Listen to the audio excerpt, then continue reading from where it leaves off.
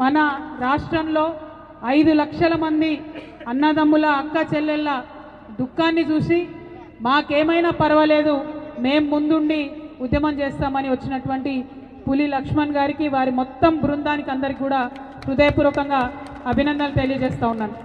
మరి ఇవాళ తెలంగాణ రాష్ట్రంలో అవుట్సోర్సింగ్ ఉద్యోగులంతా కూడా హైదరాబాద్ వేదికగా మీరు చేస్తున్నటువంటి ఈ పోరాటం మరొక తెలంగాణ ఉద్యమాన్ని తలపిస్తుందని మాత్రం నేను మనస్ఫూర్తిగా చెప్పగలుగుతాను. తెలంగాణ రాష్ట్రం వచ్చింది, వచ్చేటప్పుడు కలలు కన్నాం మనం. తెలంగాణ రాష్ట్రం వస్తే ఒక్కరు కూడా అవుట్సోర్సింగ్ ఉద్యోగి ఉండరు, ఒక్కరు కూడా కాంట్రాక్ట్ ఉద్యోగి ఉండరు అనుకున్నాం. కానీ కొన్ని డిపార్ట్మెంట్లలో గమ్మత్ ఎట్లా జరిగిందంటే రాష్ట్రం రాకముందు పర్మనెంట్ ఉద్యోగాలు ఉన్నోళ్ళు రాష్ట్రం వచ్చినాక కొంతమంది కాంట్రాక్ట్గా మారిండ్రు. ఫారెస్ట్ డిపార్ట్మెంట్లో బెస్ట్ ఎగ్జాంపుల్ అది. అప్పటిదాకా మామూలు ఉద్యోగులు ఉన్నోళ్ళు తర్వాత అవుట్సోర్సింగ్ ఉద్యోగులుగా మారిండ్రు. మరికొన్ని డిపార్ట్మెంట్స్లో చాలా మందిని తీసుకొని కంటిన్యూ చేసుకుంటూ వచ్చిండ్రు అవుట్సోర్సింగ్.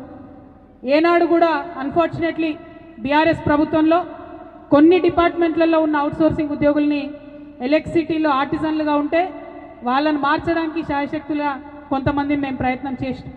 కొన్ని మారినాయి, మరికొన్ని మారలేదు. మీ జీవితాల్లో ఆ మార్పు ఆనాడు తేలేకపోయినందుకు మీ చెల్లిగా మీ సోదరిగా శిరస్సు వంచి నన్ను క్షమించాలని చెప్పి నేను కోరుతా ఉన్నాను. ఆనాడు ఆ ప్రభుత్వంలో నేను కూడా ఉన్నా, ఎంతో కొంత ఆ పాపంలో నాకు కూడా భాగస్వామ్యం ఉంటుంది కాబట్టి శిరస్సు వంచి క్షమించాలని చెప్పి మరొకసారి నేను కోరుతా ఉన్నాను. మరి బీఆర్ఎస్ పార్టీ అవుట్సోర్సింగ్ ఉద్యోగుల్ని లెక్క చేస్తలేదు కాబట్టి తప్పకుండా వెంటబడి కాంగ్రెస్ పార్టీని గెలిపిస్తామని ఆనాడు అవుట్సోర్సింగ్ ఉద్యోగులు డిక్లేర్ చేసి మరి గెలిపించారు. ఆనాడు రేవంత్ రెడ్డి గారు తెలంగాణ ఉద్యమంలో లేకపోయినా కోదండరామ్ సార్ గారు కానీ ప్రొఫెసర్ హరిగోపాల్ గారు కానీ మీ అందరికీ భరోసానిస్తే మరి మీరందరూ కూడా డిక్లేర్ చేశారు. నాకు అది నచ్చింది. అవుట్సోర్సింగ్ ఉద్యోగుల దగ్గర ఏది ఉన్నా సరే ఓపెన్గా డిక్లేర్ చేసే యుద్ధం చేస్తున్నారు మీరు. అటువంటి యుద్ధాలు ఖచ్చితంగా విజయం సాధిస్తాయి, విజయ తీరాన్ని ముద్దాడతామని కూడా ఈ సందర్భంగా మీ అందరికీ నేను మద్దతు తెలియజేస్తూ ఉన్నాను. మరి ఆనాడు ఒక మాట చెప్పిండ్రు రేవంత్ రెడ్డి గారైనా కోదండరామ్ గారైనా హరగోపాల్ గారైనా ఏం చెప్పిండ్రు? ధర్నా చౌక్ ఉండదు ఇక ముందు అని కేసీఆర్ గారు అన్నారు. మేము వచ్చినాక ధర్నా చౌక్ ఇస్తామన్నారు. నేను చాలా గొప్పగా ప్రజాస్వామ్యబద్ధంగా ఆలోచిస్తున్నారు అనుకున్నా. కానీ ధర్నా చౌక్ ఇస్తాము, మీ ఇష్టం ఉన్నన్ని రోజులు ధర్నాలు చేసుకొని సావండి, మేము మాత్రం పని చేయమని చెప్పి కాంగ్రెస్ ప్రభుత్వం చెప్పినట్టుగా ఇప్పుడు అర్థమైనటువంటి సందర్భం. ఆనాడేమో ధర్నా చౌకే లేదు, అది ప్రజాస్వామ్య హక్కుల్ని కాలరాయడమని చెప్పింది. ఇవాళ ధర్నా చౌక్ ఉన్నది, ఉండి ఏం లాభం అని నేను అడుగుతా ఉన్నా. ఎన్ని రోజులు ధర్నా చేయాలి? ఎన్నిసార్లు ధర్నా చేయాలి? ఎవరొచ్చి విశారదన్ గారికి స్వాగతం, ధర్మ సమాజ్ పార్టీ.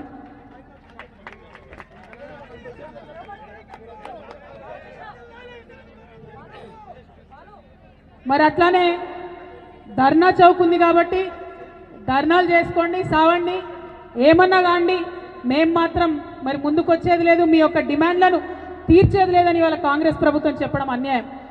నిజంగా గత 2.5 సంవత్సరాలుగా మీరు చేస్తున్న పోరాటాన్ని గమనిస్తూనే ఉన్నాం, చూస్తూనే ఉన్నాం. మరి ఇవాళ మా లక్ష్మణ్ పులి లక్ష్మణ్ అంటే పులి లెక్కనే గర్జించింది. అయితే మరి బ్లడ్ తెలంగాణ బ్లడ్ కదా, మనం అంతకుముందు మిలియన్ మార్చ్ చేసిన బ్లడ్ కదా.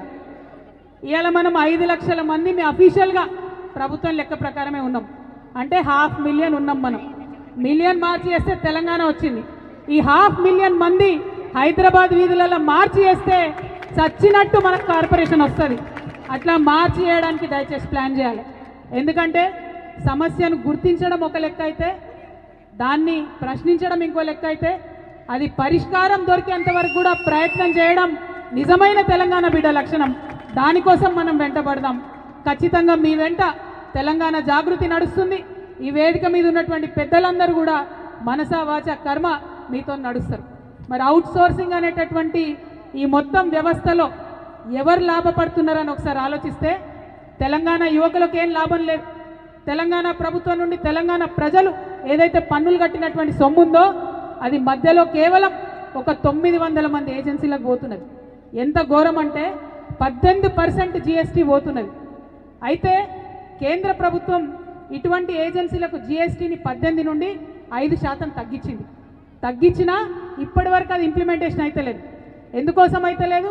లాపర్వా, రాజుల సొమ్ము రాళ్ల పాలు, అంతేగాని ప్రజల పాలు కావద్దు, ఉద్యోగుల పాలు కావద్దు. కాబట్టి ఆ లాపర్వాతోని కనీసం దాన్ని 5% కూడా తగ్గిస్తలేదు. అదేవిధంగా ఏజెన్సీ కమిషన్ పోతుంది, అవి కలిపి మనకిచ్చినా కూడా మన ఉద్యోగులకు లాభం అవుతుంది. ఈ సందర్భంగా నేను అభినందిస్తా ఉన్నా లక్ష్మణ్ గారు మొత్తం వాళ్ళ టీంని. పదే పదే వాళ్ళు ఒక మాట చెప్తున్నారు, ఒక్క రూపాయి కూడా ప్రభుత్వం మీద బర్డెన్ పడదు, ఒక్క రూపాయి కూడా మీ మీద బరువు పడదు. మరి ఒక్క రూపాయి బరువు పడకుంటే ఎందుకోసం పనిచేస్తలేదు ప్రభుత్వం? ఆలోచన చేయాలి దయచేసి. కేవలం ఆ ఏజెన్సీలతో కలిసి ఉన్నారు, వారి కొమ్ము కాస్తున్నారు కాబట్టే 5 లక్షల మంది ఉద్యోగులను అన్యాయం చేస్తున్నారు. ముఖ్యంగా ఈ అవుట్సోర్సింగ్లో మా ఆడబిడ్డలదైతే ఇంకా విపరీతమైన కష్టం ఉన్నది. మా ఆడబిడ్డలకు మిగతా అన్ని డిపార్ట్మెంట్లలో కొన్ని జీవోలు అప్లై అవుతాయి, మెటర్నిటీ లీవ్స్ వస్తాయి, కొన్ని వసతులు ఉంటాయి. కానీ అవుట్సోర్సింగ్లో ఉన్నటువంటి ఆడబిడ్డలు ఎవరికి కూడా కనీసం ఆ జీవోలు కూడా అప్లై అయ్యే పరిస్థితి లేదు. మరి అన్ని రకాలుగా టెస్ట్ చేసి, రూల్ ఆఫ్ రిజర్వేషన్ అప్లై చేసి, మెరిట్ చూసుకొని, ఇంటర్వ్యూ చూసుకొని అన్ని చేసి తీసుకున్న ఉద్యోగులే వీళ్ళు. ఏదో ఎట్టికి వచ్చిన వాళ్ళు కాదు, ఉట్టిగా సెలెక్ట్ అయిన వాళ్ళు కాదు, రికమెండేషన్లు వచ్చిన వాళ్ళు అంతకంటే కూడా కాదు. అయినా సరే మరి వివక్ష అన్నది కరెక్ట్ కాదు.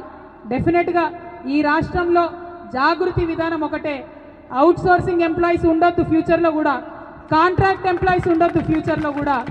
ప్రభుత్వం నుంచి ప్రభుత్వ శాఖలను పటిష్టం చేసేందుకు, ప్రజలకు ప్రభుత్వం యొక్క పరిపాలన ఫలాలు వారి గడప దగ్గరికి అందించడానికి ప్రభుత్వ ఉద్యోగాలు ఉండాలనేదే మా తెలంగాణ జాగృతి పాలసీ. మరి మీ అందరికీ తెలుసు, జాగృతి అతి త్వరలోనే పొలిటికల్ పార్టీగా మారబోతా ఉన్నది, ఒక రాజకీయ శక్తిగా రాబోతున్నది. ఖచ్చితంగా అంత లోపలనే మీ సమస్య పరిష్కారం కావాలని నేను మనస్ఫూర్తిగా నమ్ముతా ఉన్నాను, కోరుకుంటా ఉన్నాను. పరిష్కారం కాకపోతే మాత్రం మీ అందరికీ తెలిసి నేను చాలా మొండిదాన్ని. ఏదైనా పట్టుకుంటే ఇడిచిపెట్టను. మరి గవర్నమెంట్కు 2 రోజుల సమయం ఉంది. 2 రోజుల్లో వార్నింగ్ ఇస్తా ఉన్నాం గవర్నమెంట్కి. ఈ 2 డేస్లో ఖచ్చితంగా ప్రతి డిపార్ట్మెంట్ నుండి జీవోలు రావాలి. ప్రతి డిపార్ట్మెంట్లో మా ఉద్యోగాలు పోతాయని ఇలా భయపడుతున్నటువంటి అవుట్సోర్సింగ్ ఉద్యోగులకు భద్రత రావాలి. ఫస్ట్ చాయిస్ ఇమీడియట్గా కార్పొరేషన్ అనౌన్స్ చేయండి, అప్పుడు జీవోలు అవసరం ఉండదు. పోనీ కొంత సమయం కావాలంటారా? ఇప్పుడే 2 రోజుల కార్పొరేషన్ చేయలేనంటారా? అన్ని డిపార్ట్మెంట్ల నుండి జీవోలు ఇవ్వండి. 1 నెల తీసుకుంటారా, 15 రోజులు తీసుకుంటారా, తీసుకొని కార్పొరేషన్ ఏర్పాటు చేయండి.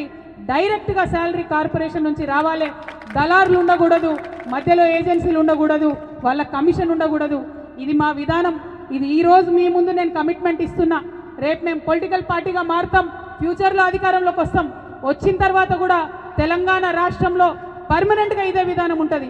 గవర్నమెంట్ ఎంప్లాయీస్ ఉంటారు, అవుట్సోర్సింగ్ ఎంప్లాయీస్ ఉండరు, కాంట్రాక్ట్ ఎంప్లాయీస్ ఉండరు. మీకు గుర్తుండొచ్చు, తెలుగుదేశం పార్టీ పెట్టిన పద్ధతి ఇది, కాంట్రాక్ట్ ఎంప్లాయీస్. అప్పుడు మనం జోకులు వేసుకునే తెలంగాణ వాళ్ళం, మరి ఎంప్లాయీస్ కాంట్రాక్ట్ ఉన్నారట, డ్రైవర్లు కాంట్రాక్ట్ ఉన్నారట, ఇక మరి మంత్రులు, ముఖ్యమంత్రులు కూడా కాంట్రాక్ట్ ఉంటే బాగుంటుంది అని అప్పుడు అనుకునేటోళ్ళం. కానీ అది జోకుల కాడికే అయిపోయింది. కానీ మన జీవితాల్లో మార్పు రాలేదు. మార్పు రావాలంటే దయచేసి పిడికిలు ఎత్తుతాం. మీతో పాటు నడవడానికి ఈ వేదిక మీద ఉన్న పెద్దలందరూ కూడా సిద్ధంగా ఉన్నారు. నిన్నగాక మొన్న నేను విశారదనన్న ఖమ్మంలో చూపించినాం శాంపుల్.